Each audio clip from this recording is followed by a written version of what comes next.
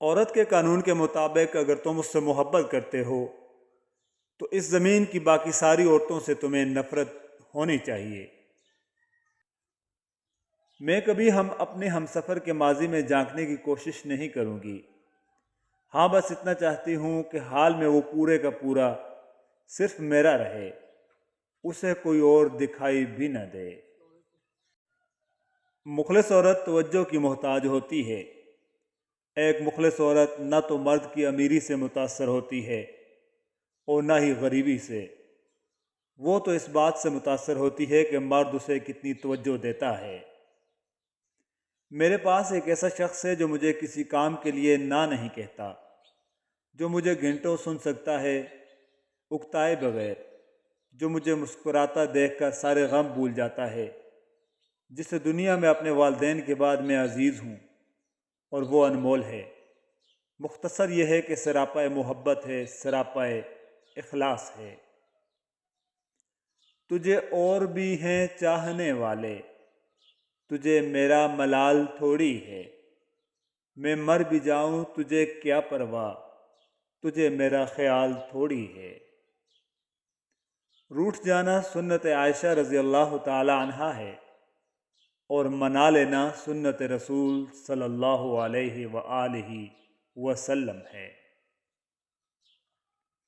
محبت میں خوبصورتی تب معنی رکھتی ہے جب آپ کا ہمسفر آپ کو دین کے قریب کر دے۔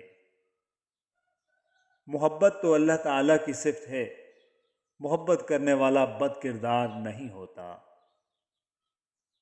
جائے نماز پر کیے گئے سجود کی سرگوشیاں صدائے کن بن کر عرش سے ٹکراتی ہیں۔ جب پروردگار راضی ہوتا ہے تو مقدر خود ہی بدل جاتے ہیں۔ جانتی ہوں کوئی کسی کی ملکیت نہیں ہوتا، پھر بھی ایک خواہش ہے کہ وہ صرف میرا ہو۔ محبت میں لاڈ اٹھائے جاتے ہیں، یقین نہ آئے تو سورۃ ضحیٰ کی تلاوت کر لینا۔ چاند تارے دولت اور رنگت کی چاہ نہیں، بلکہ تا حیات آپ کی وفاداری چاہتی ہوں۔ عورت شک کبھی نہیں کرتی، مگر وہ پوچھتی رہتی ہے، وہ بس ڈرتی ہے دوسری عورت کی شراکت سے۔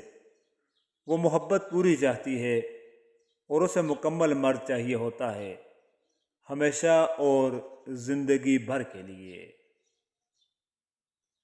تمہاری محبت پہ آمین، تمہارا غصہ سر آنکھوں پر، تمہاری انا قبول، تمہاری ضد منظور، سب قبول جانے، شرط صرف اتنی، محبت میں شامل کوئی تیسرا نہ ہو۔ سوال تھا کہ سفر زیادہ اہم ہے یا منزل؟ جواب تھا من پسند شخص کی موجودگی زیادہ اہم ہے۔ الحمدللہ، اللہ نے ایسے شخص سے ملایا ہے جس کی خواہش اب دنیا میں بھی ہے اور جنت میں بھی۔ میں تمہارے ساتھ ہوں 20 اور 30 کی خوبصورتی میں، 40 کی ہنسی اور 50 کی بیماری میں، 60 کی تنہائی اور 70 کی مایوسی میں۔ وہ تھک کے کاندھے سے آ لگے، میں اس تھکن کے ہزارہا صدقے۔ وہ چہرہ جو غم کے سکوت کے پردوں میں چھپائے رہتا ہے، وہ مرجھائے ہوئے پھولوں کی طرح ہے۔ وقت ایسا چل رہا ہے جہاں تمام اچھی باتیں، ہمدردیاں، سچی محبتیں اور انسانیت سوشل میڈیا پر موجود ہیں، لیکن انسان کے کردار میں نہیں۔ دوسروں پر بھروسہ کرنا کمزوری بن جاتی ہے اور خود پر بھروسہ کرنا طاقت، پر اس بھروسے کا ایک دام ہے اور وہ ہے تنہائی۔ رشتہ ازدواج میں منسلک دونوں افراد ایک دوسرے سے مخلص رہیں، آپس میں سچی محبت کریں، کیونکہ دونوں ایک دوسرے کا نصف ایمان ہیں۔ بے شک تم ہر شخص کو خوش نہیں کر سکتے، بھلے تم اپنا سکون کسی کے لیے کتنا ہی برباد کیوں نہ کر لو، پھر بھی وہ شخص تمہاری نیت یا تمہاری مخلصی میں کوئی نہ کوئی نقص نکال ہی لے گا۔ 1000 طاقت 100 دلیلیں ہوں، پھر بھی لہجے میں عاجزی سے ادب کی لذت، دعا کی خوشبو بسا کے رکھنا کمال یہ ہے۔ حسن کو احتیاط لازم ہے، ہر نظر پارسا نہیں ہوتی۔ آپ کا خوش رہنا ہی آپ کا برا چاہنے والوں کے لیے سب سے بڑی سزا ہے۔ اچھی بھلی زندگی چل رہی تھی، پھر ہم بڑے ہو گئے۔ لوگ وہی خوبصورت ہوتے ہیں جن سے بات کر کے دل ہلکا اور پرسکون ہو جائے۔ ہر شخص پارسائی کی عمدہ مثال تھا، ہر شخص پارسائی کی عمدہ مثال تھا، دل خوش ہوا خود کو گنہگار دیکھ کر۔ یہ مت سوچیں کہ ہم بہت نیک ہیں، ہم تو بس خدا کے پردے میں ہیں۔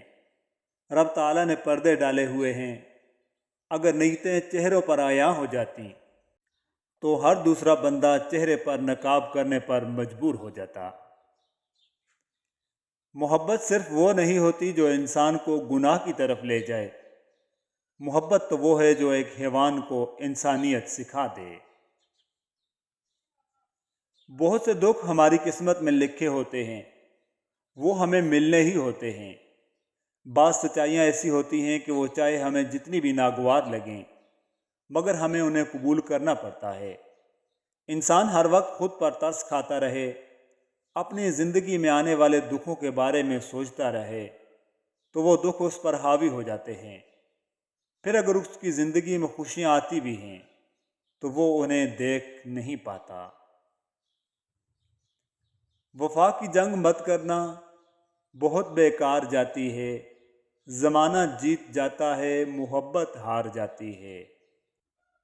ہمارا تذکرہ چھوڑو، ہم ایسے لوگ ہیں جن کو نفرت کچھ نہیں کہتی، محبت مار جاتی ہے۔ دوسروں سے متعلق اپنی زبانوں کو سی ڈالو، کیونکہ بدگمانیاں بالکل ایسے پھٹے کپڑے کی طرح ہیں، اسے جتنا بھی سی لو کپڑا پھر بھی پھٹا ہی رہے گا۔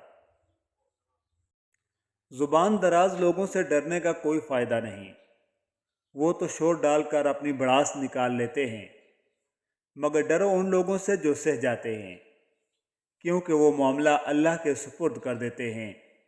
جہاں ناانصافی کی گنجائش نہیں ہوتی، وہاں دیر ہے اندھیر نہیں۔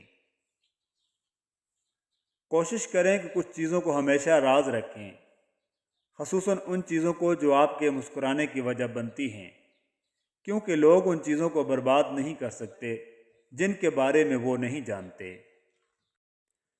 کچھ لوگوں کو ہماری ضرورت نہیں ہوتی، وہ صرف یہ دیکھتے ہیں کہ ہم ان کے لیے کس حد تک مفید ثابت ہوتے ہیں۔